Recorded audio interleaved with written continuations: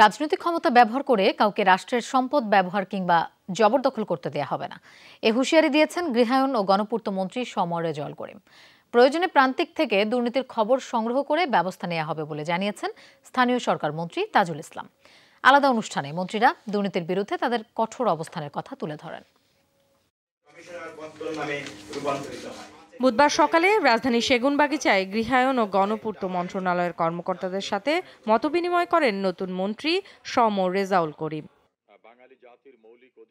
সেখানে তিনি হুঁশিয়ারি দিয়ে বলেন, রাজনৈতিক ক্ষমতা ব্যবহার করে কাউকে রাষ্ট্রের সম্পদ ব্যবহার কিংবা জবরদখল করতে দেয়া হবে না।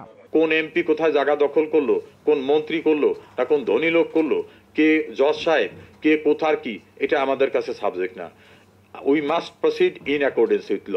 কোনরূপ অনৈতিকতা বা দুর্নীতিকে ন্যূনতম প্রশ্রয় দেওয়া যাবে না। ঠুনকো টেকনিক্যাল অজুহাত দেখিয়ে সাধারণ মানুষকে হয়রানি করা যাবে না।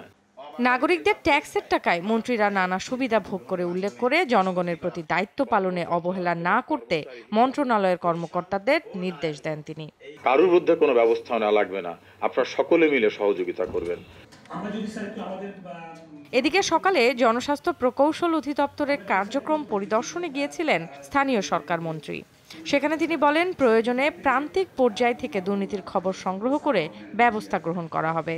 প্রান্তিক লেভেলে যে সমস্ত আমাদের ফিল্ড লেভেলে যে সমস্ত অফিসাররা আছেন, যে সমস্ত কর্মকর্তা আছেন, কর্মচারী আছেন, I am extending my due respect. Transparency is no compromise and each and everywhere আমরা এটা করতে হবে।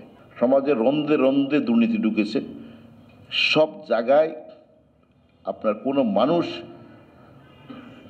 এই সুস্থভাবে অথবা অপরাধ মুক্তভাবে বসবাস করাটা এটা কঠিন হয়ে গেছে।